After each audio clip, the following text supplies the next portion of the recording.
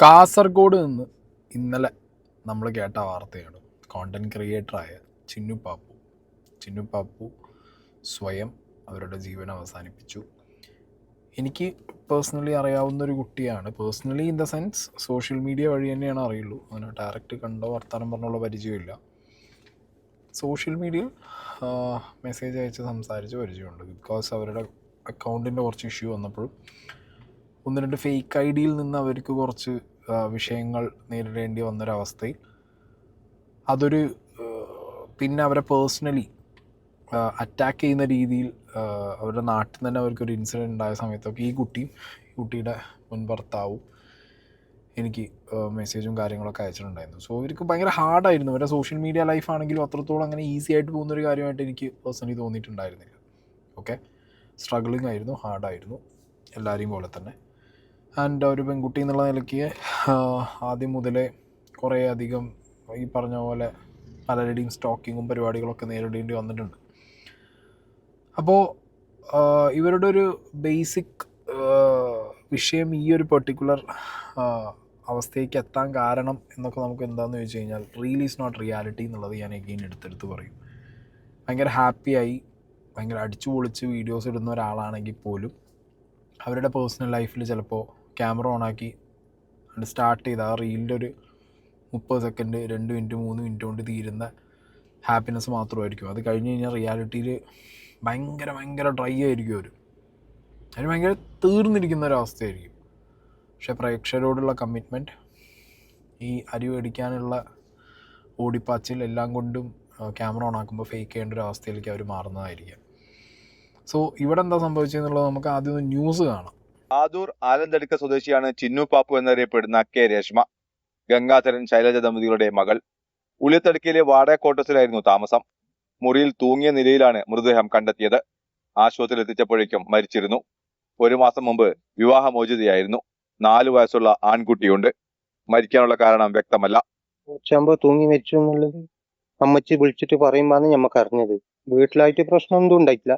ഓന വേണ്ടെന്ന് പറഞ്ഞിട്ട് ഒഴിവാക്കിയിട്ടുണ്ടായിന്ന് ഒരു കൊല്ലത്തിന്റെ അടുത്തായി. അല്ല, വാതിൽ തുറന്നിട്ട് തന്നെ ഉണ്ടായി. തൂങ്ങി കിടക്കുമ്പോ വാതിൽ തുറന്നിട്ടുണ്ടായെന്നാ പറഞ്ഞു. മാറി പറയുന്നത് അവൾ തന്നെ തൂങ്ങി മരിച്ചു എന്നാണ് പറയുന്നത്. അങ്ങനത്തേത് ഇപ്പോ നമുക്കൊന്നും പറയാനൊന്നും കാണുന്നില്ല. ആ വീട്ടിൽ നിന്ന് ഞങ്ങളോട് പറഞ്ഞിട്ടാണ് 24-ാം താരീഖിന് വന്നത്. ഞായറാഴ്ച വൈകിട്ടാണ് വന്നേരാ. വീട്ടിൽ നിന്ന് റൂമിലേക്ക് വന്നതാണ്. ഇന്നലെ ഈ സമയത്താണ് ഉച്ചയാകുമ്പോൾ 1:30-2 മണിയുടെ വിളിച്ചിട്ട് പറഞ്ഞു. എൻ്റെ ഭാര്യയെ വിളിച്ചിട്ട് പറഞ്ഞു അങ്ങനെ മകള് തൂങ്ങി മരിച്ചിട്ടുണ്ടെന്ന് പറഞ്ഞു. അവര് സംശയമില്ല, അവളെ ഒന്നിച്ചിട്ടുണ്ടായിന്ന് ഉള്ളത് മാത്രം. പിന്നെ വേറെന്ത് ചെയ്തു എന്നുള്ളത് നമുക്ക് കൃത്യം അറിയുന്നുമില്ല. കേസ് കൊടുത്തിട്ടുണ്ട്, മകൻ കൊടുത്തിട്ടുണ്ട്. പോലീസല്ല ഡോക്ടർ പറയുന്നു. ഇപ്പോൾ പോസ്റ്റ്മോർട്ടം ആക്കിയ ഡോക്ടറാന്ന് പറഞ്ഞു. ഒന്നുമില്ല, അവൾ തന്നെ തൂങ്ങിയിട്ട് മരിച്ചു. ഈ ആൺ സുഹൃത്തിനെ ചുറ്റിപ്പറ്റിയാണ്. ആൺ സുഹൃത്ത് ഇന്നലെ തന്നെ പോലീസ് കസ്റ്റഡിയിലാണ്. ഇപ്പോഴും പോലീസ് കസ്റ്റഡിയിലാണ്. ഇയാളെ ഇപ്പോഴും ചോദ്യം ചെയ്തു വരികയാണ്. സജിത്ത് തുടക്കത്തിൽ സൂചിപ്പിച്ചതുപോലെ തന്നെ ഇവർ തമ്മിൽ നിരന്തരം വഴക്കുകൾ ഉണ്ടാകാറുണ്ടെന്നാണ് അയൽവാസികളുടെ ഒക്കെ മൊഴി. അതുകൊണ്ടാണ് ഇയാളെ കേന്ദ്രീകരിച്ച് കൃത്യമായ അന്വേഷണം നടത്തുന്നത്. ഈ ന്യൂസ് ആദ്യം എന്നിലേക്ക് എത്തുന്നത് ഇവരുടെ വീടിന് അടുത്തുള്ള ഒരു വ്യക്തി എനിക്ക് പേഴ്സണലി മെസ്സേജ് അയക്കുമ്പോഴാണ്. അതായത് ഈ കുട്ടി ഇങ്ങനെ ചെയ്തിട്ടുണ്ട്, സൈബർ ഒന്ന് അന്വേഷിക്കുക, നിങ്ങൾക്ക് അറിയുന്ന കുട്ടിയാണോ എന്നുള്ളത്. അപ്പോൾ അവിടെ നിന്ന് തന്നെ കിട്ടിയ കുറച്ച് ഡീറ്റെയിൽസ് ഉണ്ട് എനിക്ക്. ഇപ്പോൾ ഈ ആൺ സുഹൃത്തിനെ പോലീസ് ചോദ്യം ചെയ്ത് കസ്റ്റഡിയിൽ വെക്കുന്നു എന്ന് പറയുമ്പോൾ തന്നെ റിലേഷൻഷിപ്സിൽ വരുന്ന കുറേ അധികം പ്രശ്നങ്ങളുണ്ട്. അതിൽ ഒന്നാമത്തെ വിഷയം എന്ന് പറഞ്ഞാൽ ഒരു ഓൾറെഡി കല്യാണം കഴിച്ചതായിരുന്നു, അതിലൊരു കുട്ടിയുണ്ട്. കുറച്ച് കാലമായിട്ടുള്ള റിലേഷൻ ഇപ്പോൾ അടുത്ത് ബ്രേക്ക് ആവുന്നു. ഓക്കെ, ഓൾറെഡി ഒരു ഡിപ്രസ്ഡ് മൈൻഡ് സെറ്റ് സ്റ്റേജിലേക്ക് ഇവർ പോകും. ആ സ്റ്റേജിലേക്ക് എത്തും. അല്ലെങ്കിൽ അതിനു മുമ്പ് ലൈഫിലുണ്ടായിരുന്ന കുറേ പ്രശ്നങ്ങൾ കാരണം ചിലപ്പോൾ അങ്ങനത്തെ ഒരു സ്റ്റേജിലേക്ക് എത്താം. അങ്ങനെ പല റീസൺ കൊണ്ടും മാനസികമായിട്ട് തകർന്നിരിക്കുന്ന ഒരാളായിരിക്കണം. ഓക്കെ, ഇതിനകത്ത് എനിക്കറിയില്ല ഇനിയിപ്പോൾ വരും ദിവസങ്ങളിൽ അങ്ങനത്തെ കാര്യങ്ങളിൽ അന്വേഷണം നടക്കുകയോ ഇല്ലേ എന്നുള്ളത്.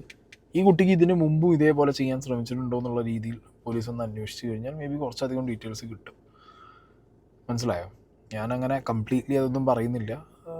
ഇപ്പോൾ ഇതിൽ തന്നെ ഈ കേസിൽ ഈ കുട്ടി കെട്ടി തൂങ്ങി നിന്നത് ഷോളിൽ അത് പൊട്ടിച്ചാടി താഴെ എന്നാണ് പറയുന്നത്. അതായത് ഷോള് കീറിയ ഷോള് മുകളിൽ കെട്ടിയതാണെന്നാണ് എനിക്ക് അവിടെ നിന്ന് പ്രാദേശികമായിട്ട് കിട്ടുന്ന വിവരം. And A similar kind of incident happened in her life ഈ റീസെൻറ്റ് പാസ്റ്റിൽ തന്നെ. ഇതേപോലത്തെ ഒരു സിമിലർ ട്രൈ ഈ കുട്ടി നടത്തിയിരുന്നു. പിന്നെ അത് അങ്ങനെ അങ്ങോട്ട് പോയി, അന്ന് അത് സീനായില്ല. But similar kind of try നടത്തിയൊരു സിറ്റുവേഷൻ ഈ കുട്ടിക്ക് ഉണ്ടായിട്ടുണ്ട്. അപ്പോൾ ആദ്യം വിവാഹം മോചനം അല്ലെങ്കിൽ ബാക്കി പരിപാടികളൊക്കെ ഭയങ്കര സ്കീമല്ല ഇപ്പോൾ. അതൊക്കെ കുറച്ചും കൂടി മെച്യൂറായിട്ട് ആളുകൾ ഡീൽ ചെയ്യുന്നൊരു സൊസൈറ്റി അല്ലെങ്കിൽ ഒരു സിറ്റുവേഷനിലാണ് നമ്മളിരിക്കുന്നത്. പക്ഷേ എന്തറിയോ, അതിൽ നിന്ന് റിക്കവർ ആവാൻ, അതാണാണെങ്കിലും പെണ്ണാണെങ്കിലും ഒക്കെ നമുക്കൊരു ഹെൽപ്പ് ആവശ്യമാണ്. പെട്ടെന്ന് വേറെ അടുത്തൊരു റിലേഷനിൽ പോയി ചാടുന്നതും അത്രത്തോളം ഒരു എന്താ പറയുക സെൻസിബിൾ ആയിട്ടുള്ള കാര്യമായിട്ട് എനിക്ക് തോന്നിയിട്ടുമില്ല. We need time. മനുഷ്യനാണെങ്കിൽ സമയം വേണം. ഒന്നിട്ടിട്ട് അങ്ങോട്ട് ചാടിപ്പോകുന്നത് പറ്റില്ല. പിന്നെ സോഷ്യൽ മീഡിയ ഡിപ്പെൻഡ് ചെയ്ത് ജീവിക്കുന്ന ഒരു ലൈഫാണ് നമ്മളത് എന്നുണ്ടെങ്കിൽ ഡെഫിനറ്റ്ലി ആ സോഷ്യൽ മീഡിയയിൽ വരുന്ന അപ്സ് ആൻഡ് ഡൗൺസ് അല്ലെങ്കിൽ അതിൽ റീച്ചിൽ വരുന്ന കുറവും കാര്യങ്ങളൊക്കെ ഡെഫിനറ്റ്ലി നമ്മളുടെ ഏർണിങ്സിനെയും ബാധിക്കും. അങ്ങനെയൊക്കെയുള്ള സാഹചര്യങ്ങളിൽ if we choose A wrong relationship, already നമ്മൾ കല്യാണം ബ്രേക്കായി അതിൽ നിന്ന് മാറി വന്നു, പിന്നെ നമുക്ക് ഓൾറെഡി സോഷ്യൽ മീഡിയയിൽ അത്രത്തോളം വരുമാനമോ കാര്യങ്ങളോ ഇല്ലാത്തൊരവസ്ഥ വരുന്നു, നമ്മുടെ മെയിൻ ഏർണിങ്സ് അവിടെ നിന്ന് വരുമ്പോൾ നമുക്ക് അവിടെ നിന്നൊന്നും കിട്ടാത്തൊരവസ്ഥ വരുന്നു. ആൻഡ് ഓൾറെഡി ആ റോങ് റിലേഷൻഷിപ്പിൽ ഒരു റോങ് എൻഡിൽ പോയി നിൽക്കുകയാണ്. പല കാര്യങ്ങളിലും നമ്മൾ പോയി പെടാം. ഓക്കെ, ഇത് ഞാൻ ഈ കുട്ടിയുടെ കേസിൽ മാത്രമല്ല പലരുടെയും കേസിൽ ഞാൻ കണ്ടതും കേട്ടതുമാണ്. പല രീതിയിലുള്ള കാര്യങ്ങൾ റോങ് ആയിട്ട് സൊസൈറ്റിയിൽ നടന്നു പോകുന്ന പല വിഷയങ്ങളിലും പോയി പെടും. ഓക്കെ, അങ്ങനത്തെ എന്തെങ്കിലും സ്കീം ഇവരുടെ ലൈഫിൽ സംഭവിച്ചിട്ടുണ്ടോ? ഈ പയ്യൻ ഈ കുട്ടിയെ അങ്ങനെ എന്തെങ്കിലും കാര്യങ്ങൾക്ക് പുഷ് ചെയ്തിട്ടുണ്ടോ? ലഹരി അടക്കമുള്ള കാര്യങ്ങൾ ഡെഫിനറ്റ്ലി അന്വേഷിക്കേണ്ട കേസാണ്. അതുപോലെ തന്നെ ഈ അടുത്ത കാലത്ത് പറഞ്ഞു കേട്ട കുറേ സ്കീമുകളുണ്ട്. അന്ധവിശ്വാസം, ആഭിചാരം പരിപാടികൾ, അങ്ങനത്തെ കുറേ സ്കീമുകളുണ്ട്. അപ്പോൾ ഈ ഒരു മരണത്തിൻ്റെ പിന്നിൽ അങ്ങനെ അങ്ങോട്ട് കുടുംബ പ്രശ്നം, ആ ചെക്കനായിട്ട് എന്തെങ്കിലും വിഷയമായിരിക്കും, വേറെ റിലേഷൻഷിപ്പാണല്ലോ, ഭർത്താവുമായിട്ട് ഓൾറെഡി സെപ്പറേറ്റഡ് ആയി വന്നു, അപ്പോൾ വേറൊരുത്തനായിട്ട് എന്തെങ്കിലും ഡിപ്രഷനിലിരിക്കുന്ന സമയത്ത് അവർ രണ്ടുപേരും തമ്മിലുള്ള അടി. അതിലുപരി ഇതിൽ വേറെ എന്തെങ്കിലും ഫാക്ടേഴ്സ് ഉണ്ടോ എന്നുള്ളതൊക്കെ കൃത്യമായിട്ട് അന്വേഷിക്കണം. കാരണം ഈ അടുത്ത കാലത്ത് കണ്ടിട്ടുള്ള ഇങ്ങനത്തെ ദുരൂഹ സാഹചര്യങ്ങളിൽ മരണപ്പെട്ട അവസ്ഥകളിൽ പലതിലും ഇങ്ങനത്തെ അന്ധവിശ്വാസം, ആഭിചാരം, ലഹരി, ഇങ്ങനത്തെ എല്ലാ ഫാക്ടേഴ്സും ഉണ്ട്. ഇങ്ങനത്തെ എല്ലാ സംഗതികളുടെയൊക്കെ എവിടെയെങ്കിലും ഒരു അറ്റോ പൊടിയോ ആയിട്ട് കിടക്കുന്നുണ്ടാവും. വെരി അൺഫോർച്ചുനേറ്റ്ലി ഈ കുട്ടിയുടെ പാരൻസിന് ഈ കുട്ടിയുടെ ആഫ്റ്റർ ഈ ബ്രേക്കപ്പ്, മാരേജ്, ഡിവോഴ്സ് പരിപാടികളൊക്കെ കഴിഞ്ഞതിന് ശേഷമുള്ള ലൈഫിനെ കുറിച്ച് വലിയ ധാരണയില്ല. അത് ആ അച്ഛൻ്റെ വർത്താനം തന്നെ നമുക്ക് മനസ്സിലാവുന്നില്ല. അങ്ങേർക്ക് വലിയ ധാരണ ഇല്ലാത്തൊരവസ്ഥയാണ്. ഈവൺ ഈ കുട്ടി ടിക്ടോക്കൊക്കെ മുതൽ അങ്ങോട്ട് ഫെയിമായിരുന്നു, പിന്നെ ഇൻസ്റ്റാഗ്രാം അങ്ങനെ തുടങ്ങി, യൂട്യൂബ് അങ്ങനെ തുടങ്ങി പോകുന്ന സമയത്ത് തന്നെ ഞാൻ പറഞ്ഞു ഇവരുടെ ലൈഫൊന്നും അത്ര ഈസി ആയില്ല. ലൈക്ക് ആ ഒരു സോഷ്യൽ മീഡിയ ക്യാമറയുടെ മുന്നിൽ വന്ന് നിന്ന് നമ്മളൊക്കെ ചെയ്യുന്ന പോലത്തെ ഒരു എന്താ പറയുക ഒരു കോണ്ടൻറ്റ് ചെയ്യുന്ന സമയത്തൊക്കെ അവർക്ക് അവിടെ പ്ലസൻ്റ് ആയിട്ടിരിക്കണം, ചിരിച്ചിരിക്കണം എന്നുള്ളൊരു അവസ്ഥയാണ്. ഇതൊക്കെ കാരണം അവർ ചുമ്മാ ഇനിയിപ്പോൾ എത്ര നല്ല കണ്ടൻറ്റ്, എത്ര ഫീൽ ഗുഡ് കണ്ടൻറ്റോ അല്ലെങ്കിൽ തമാശ പറയുന്ന കണ്ടൻറ്റോ റിയൽ കണ്ടൻറ്റോ എന്തിട്ട് പോയിട്ടും കാര്യമില്ല, ചില പ്രശ്നങ്ങളൊക്കെ നേരിടേണ്ടി വരും ലൈഫിൽ.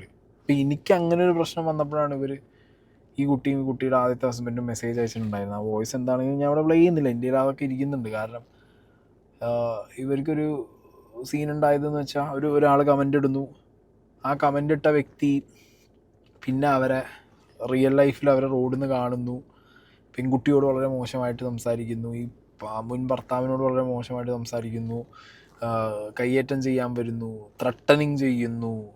മനസ്സിലായോ? അപ്പോൾ സോഷ്യൽ മീഡിയയിൽ നിന്ന് പോകുന്നു എന്നുള്ളത് കൊണ്ട് തന്നെ ലൈഫിൽ എല്ലാവരും ഇപ്പോൾ എല്ലാവരും ഇത് അനുഭവിക്കണമെന്നുണ്ടോ? എസ്പെഷ്യലി സ്ത്രീകൾ ഇതൊക്കെ അനുഭവിക്കണമെന്നുണ്ടോ? അവർ റീൽ ചെയ്യും, വീഡിയോ ചെയ്യും. ഓൾറെഡി അവരുടെ എന്താ പറയുക ലൈഫിലൊരു ജോബായിട്ട് അവരെടുത്ത പരിപാടിയായിരിക്കും ഇതൊക്കെ കണ്ടിട്ട് വീണ്ടും അവരെ ഉപദ്രവിക്കാൻ പോകുന്നൊരു സിറ്റുവേഷൻ, അത് സർവൈവ് ചെയ്യണം.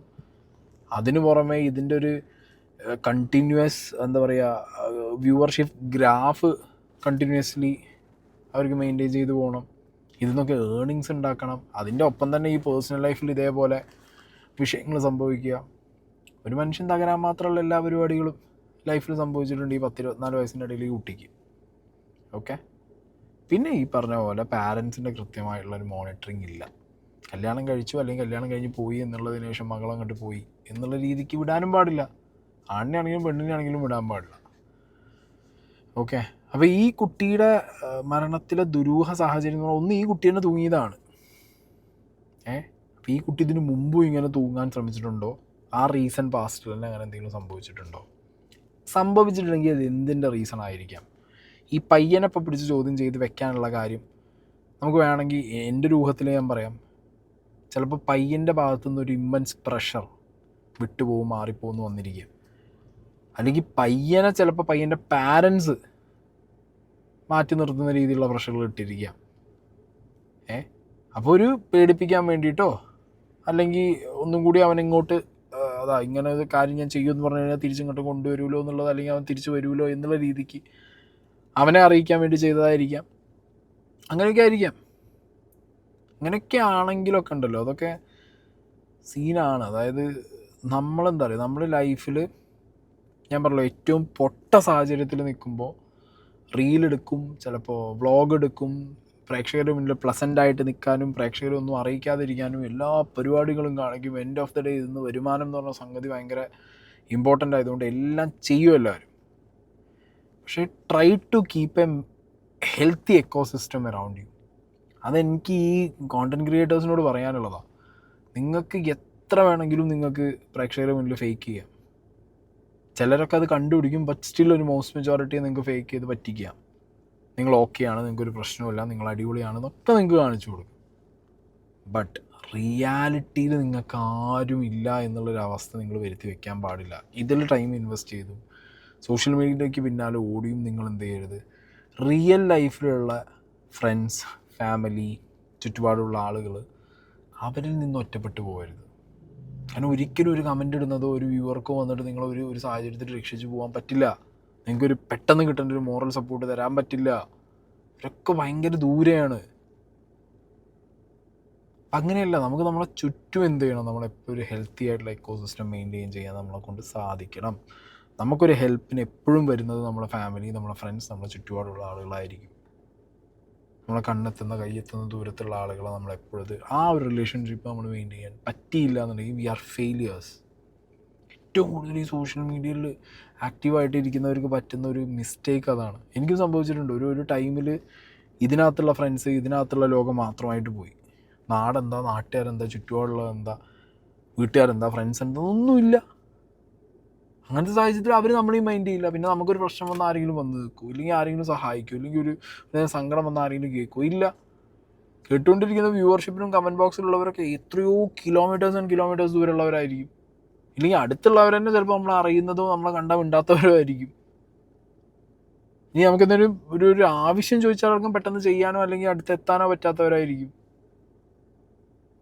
എന്താണെങ്കിലും ഞാൻ പറഞ്ഞല്ലോ, ഇതിലൊരു ദുരൂഹത എലമെൻ്റ് ഉണ്ടെന്നുണ്ടെങ്കിൽ അത് ഈ പയ്യനെ ചുറ്റിപ്പറ്റിയിട്ടും പയ്യൻ്റെ ആക്ടിവിറ്റീസ് ചുറ്റിപ്പറ്റിയിട്ടും പയ്യനും ഈ ചിന്നുപാപ്പുവും തമ്മിലുള്ള ഒരു ബോണ്ടിൽ അതിൻ്റെ എന്തെങ്കിലുമൊക്കെ അവരിഞ്ഞ് വല്ല ബിസിനസ്സോ കാര്യങ്ങളോ അല്ലെങ്കിൽ അവരുടെ ലൈഫിൻ്റെ ഇടയിൽ വേറെ എന്തെങ്കിലും പരിപാടികൾ കയറി വന്നിട്ടുണ്ടോ. ആൻഡ് ഈ പറഞ്ഞ പോലെ ഇവരുടെയൊക്കെ ഫാമിലീസ്, ഈ പയ്യൻ്റെ ഫാമിലി അല്ലെങ്കിൽ ഈ കുട്ടിയുടെ ഫാമിലി എല്ലാം അന്വേഷിക്കണം. A to Z അന്വേഷിച്ചിട്ട് ഈ സംഗതി എന്ത് ചെയ്യാൻ പറ്റുള്ളൂ. എവിടെ നിന്നാണ് ഇവർക്ക് ഈ ഒരു സാധനം വന്നേ, അങ്ങനെ എസ്പെഷ്യലി ആ ഒരു ഷോള്, മുറിച്ച ഷോളിൽ എന്തിനു തൂങ്ങി, അപ്പോൾ അത് പൊട്ടി വീഴണം അല്ലെങ്കിൽ അത്ര സമയമേ എടുക്കാൻ പാടൂ. അപ്പോൾ that intention is different. Already ഈ കുട്ടി ഇതേപോലെ ട്രൈ ചെയ്തിട്ടുണ്ടോ, ഉണ്ടെങ്കിലും അന്നും ഇതേപോലെ ഒരു മുറിച്ച ഷോളായിരുന്നോ എന്നുള്ളതൊക്കെ അന്വേഷിക്കണം. ലെറ്റ്സ് സീ വരും ദിവസങ്ങളിൽ വല്ല അപ്ഡേറ്റ്സും കിട്ടുമോ നോക്കാം.